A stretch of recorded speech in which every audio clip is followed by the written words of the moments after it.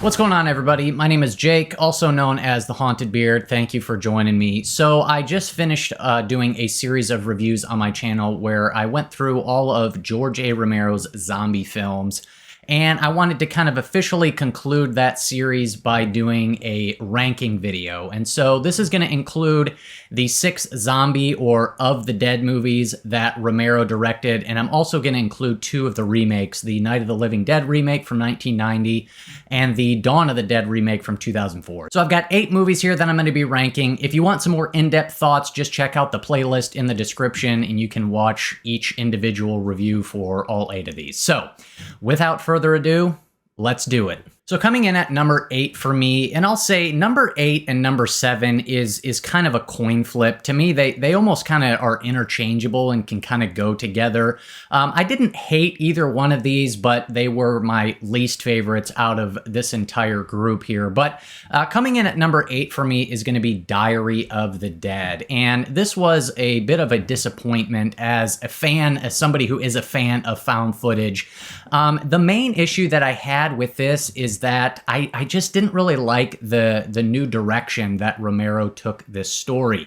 I liked what he was doing with Land of the Dead, the previous film, but then with Diary of the Dead, instead of continuing that storyline, he goes all the way back to day one and all the way back to the beginning and almost starts kind of like a prequel series, if you will. And so that's what he did here with Diary of the Dead.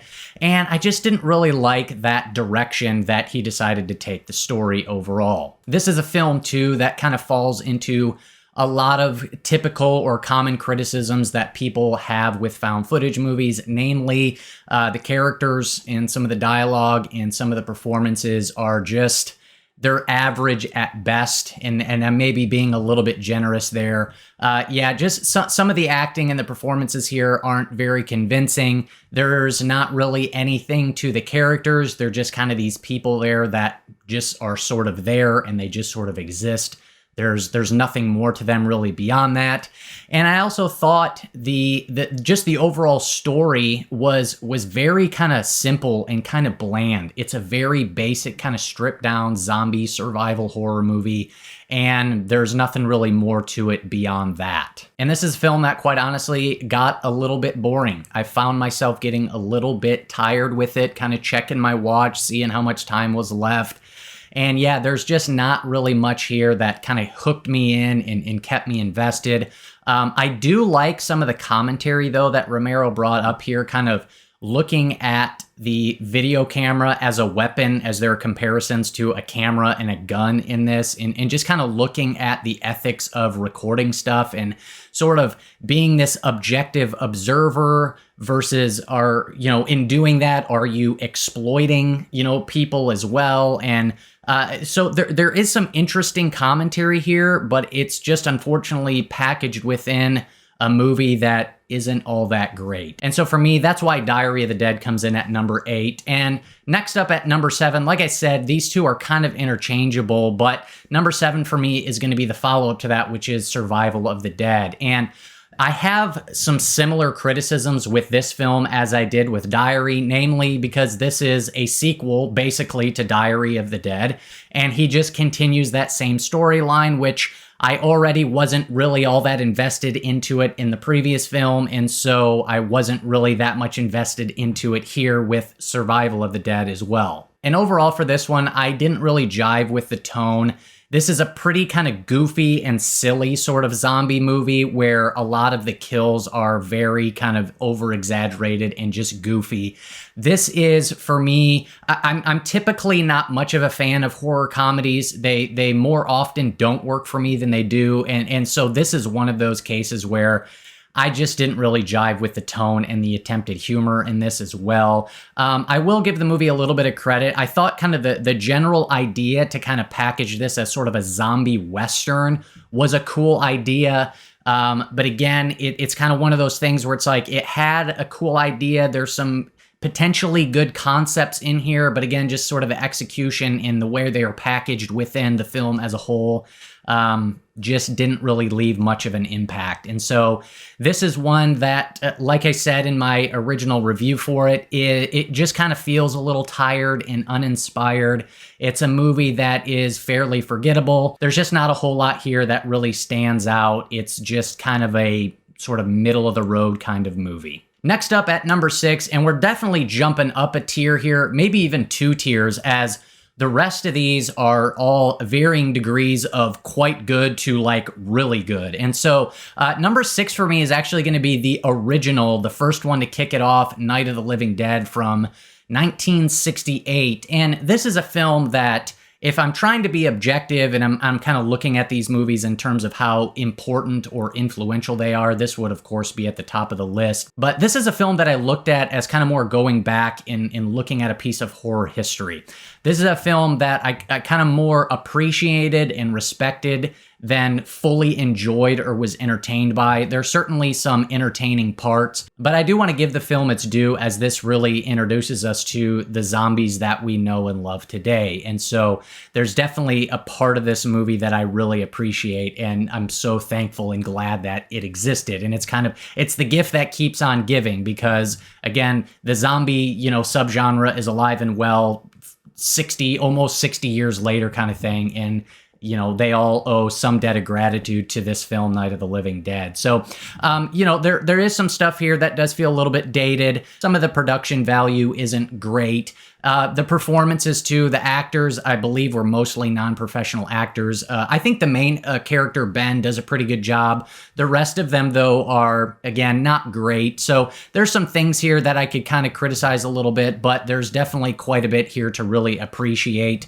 I do really like the scene later on in the film where the daughter kills the mom with the trowel. Pretty classic scene. The whole kind of climactic sequence, everything that happens after the truck explodes, it's pretty good stuff, and it still holds up pretty well even all these years later. But yeah, those are my thoughts on Night of the Living Dead, and that is why it is my number 6. Next up at number 5 is going to be the remake Night of the Living Dead from 1990. This one was directed by Tom Savini, and I think as far as remakes goes, this one is pretty good. Probably one of the better ones that I've seen, and it's not a great film, but I think it's a pretty good film. It's definitely a step up in terms of the quality of the acting. You've got Tony Todd here, and he really shines. There's a monologue scene that it takes place a little bit earlier on in the movie where he just really shines. He has just a really kind of captivating screen presence about him, so I really appreciate that. I really like some of the changes that they made with the main female character, Laura, I believe her name is, where she takes a more active role in the story and in the fight against the zombies, which I really like. She's locked and loaded, and she's shooting zombies and stuff like that. So there are some things here that they kind of update and improve upon. The story, though, overall it's basically, it's really the same exact story. There's not really hardly any variations in the overall story. And so it's kind of one of those things to where it's like, been there, done that, I've seen this, but there are some kind of more smaller elements within the story that I think they improve upon. And so as far as remakes go, I think this is a pretty good one. Coming in at number 4 is Land of the Dead from 2005. And this was the first film Romero made after I think roughly 20-year hiatus, and he came back with Land of the Dead here. This one stars John Leguizamo, Simon Baker, and of course Dennis Hopper. And I like what Romero did here. And in hindsight, this is one that it's a little bit of a bummer, because considering what Romero did to follow up this movie with Diary and then Survival, I just really, really wish he would have continued this storyline. I like what he set up here, really even all the way back to Day of the Dead, and then kind of continuing with this with the evolving zombies. These zombies becoming more self-aware and figuring out how to use tools and instruments and weapons and things like that. I really liked that idea. I really liked where Romero was going with that and taking it. And then it just ends with this movie and we don't really get any more of that at all, which is kind of a bummer. But I thought this was a pretty well-made film overall. I like some of the action here. I like some of the commentary here with kind of the class system sort of thing. I think Dennis Hopper is well cast in his role. This one here is a little more fast-paced, it felt like, a little more action-y. And so it's got some fun stuff going on. I really like the scene where the zombies cross the river and they're walking up out of the water. Kind of an iconic scene there and some cool imagery there. So yeah, this is a fun one. I thought it was a pretty solid follow-up to Day of the Dead. And then 20 years later, Romero, jumps back on board and is back in action and makes a pretty solid follow-up film. All right, top three. And I'll say these top three are yet another tier above the rest. These are all borderline top tier for me. But coming in at number 3 is going to be Dawn of the Dead from 1978. And this is a pretty solid zombie film. And what sets this apart from many, many other zombie films is obviously the commentary that Romero weaves in here about consumerism and our obsession with just stuff.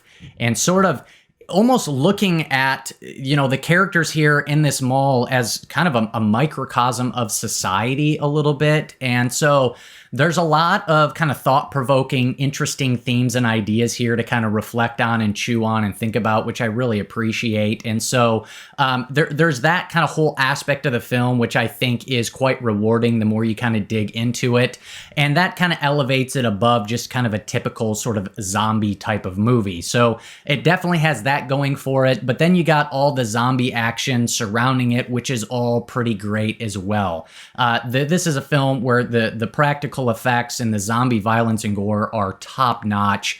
It has aged, in my opinion, like a fine wine. The practical effects here, even all the way back from 1978, are still pretty fantastic. And we have, of course, the great Tom Savini to thank for that, and Romero as well. So all that stuff is pretty great and pretty top notch. And this is a film too, and it's especially true of many other films in the 70s, that it just has this kind of look and quality to it that you don't get from other movies unless they are legitimately a product of their time. And this film has it. It just kind of has this gritty textural quality to it that just adds something that, again, you don't get from any other movies unless they are made in this time period. And I think that sort of look and feel and vibe to it, it really just complements and helps contribute something pretty special to the overall experience. This is a film, too, it's a little bit slower. There are some moments where it kind of feels a little bit slow. However, that's really all by design because, again, it kind of has to feed into what Romero is doing and what he's trying to say through this. I really like the whole kind of ending and climactic sequence here at this film where the bikers invade the mall. You get just some really great zombie action sequences. It's a classic. It's got a lot of good stuff going for it, and it's definitely one that I look forward to returning to.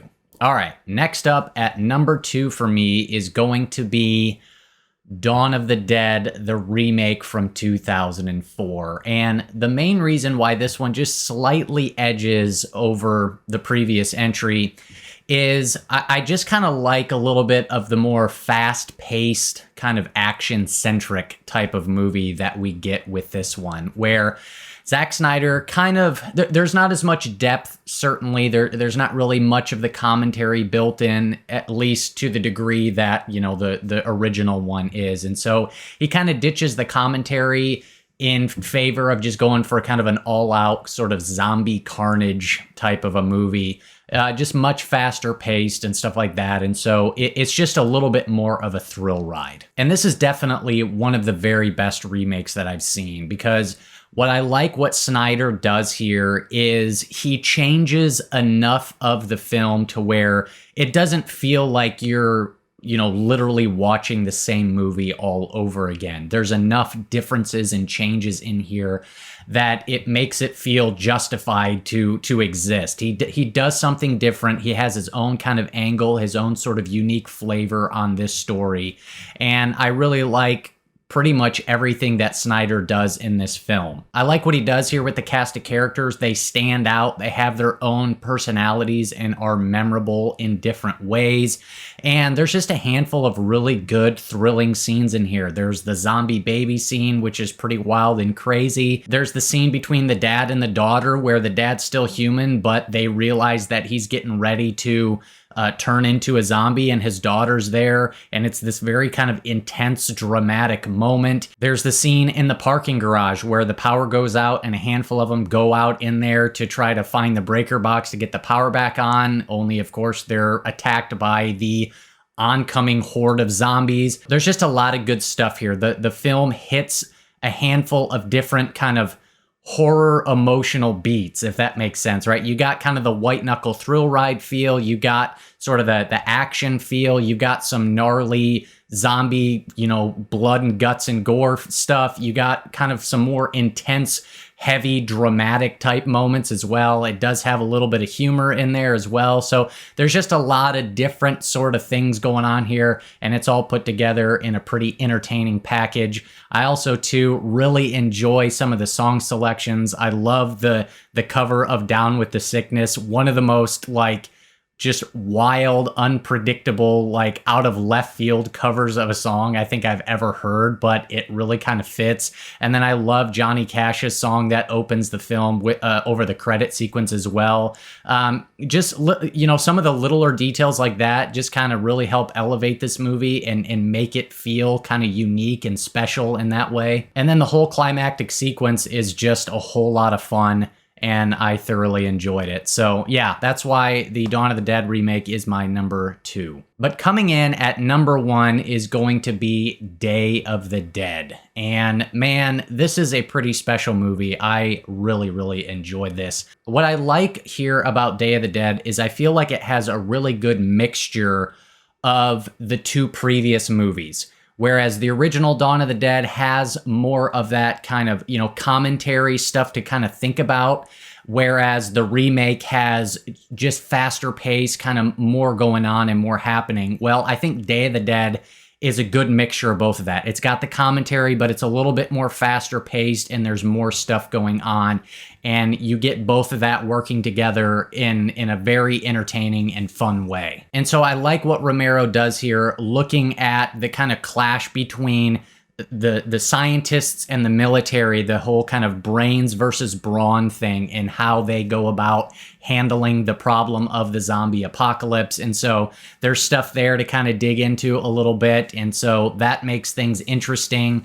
I like what he does with the characters here and how he kind of focuses a lot of the conflict internally between the characters, where you have a big clash between Bowman and Rhodes. I also like Dr. Logan, the mad scientist guy. He kind of adds a nice sort of, something kind of a unique flavor to the movie as well. So he's got some cool scenes and stuff going on here. But the character of Rhodes is just this awful, horrific dude. And it's cool too, because he builds these characters in such a way to where it's like the first time you're actually rooting for the zombies to kill some of the human characters, and that's no more evident than with the character of Rhodes. And so I like that. It builds to one of the most satisfying deaths that I've seen recently, where Rhodes literally gets ripped apart by all the zombies. And I also like what Romero does with the character of Bub, this zombie that is gaining some intelligence and beginning to learn and become a little bit of self-aware. And so I like that sort of aspect to the story as well. So yeah, I had a lot of fun with Day of the Dead. I really enjoyed it. It definitely exceeded my expectations. Also too, like a lot of these, the practical effects stuff in this is just over the top, really, really great. And so you definitely get your fill of good zombie violence and gore and stuff like that. So it's just an all-around good film. It's got interesting characters, it's got interesting themes, it's got good zombie violence, it's got just good pacing and a lot kind of happening and going on. And so yeah, it's just a really good film, and I thoroughly enjoyed Day of the Dead, and so that is why it is my number 1. All right, everybody. Well, that concludes this ranking video. Hit me up down below like always. Let me know how you would rank these 8 movies. Would love to hear from you. that is all I got today, everyone. Thank you so much for watching. If you got anything out of this video, go ahead and do me a favor and do not click that subscribe button unless you want to be haunted by the beard.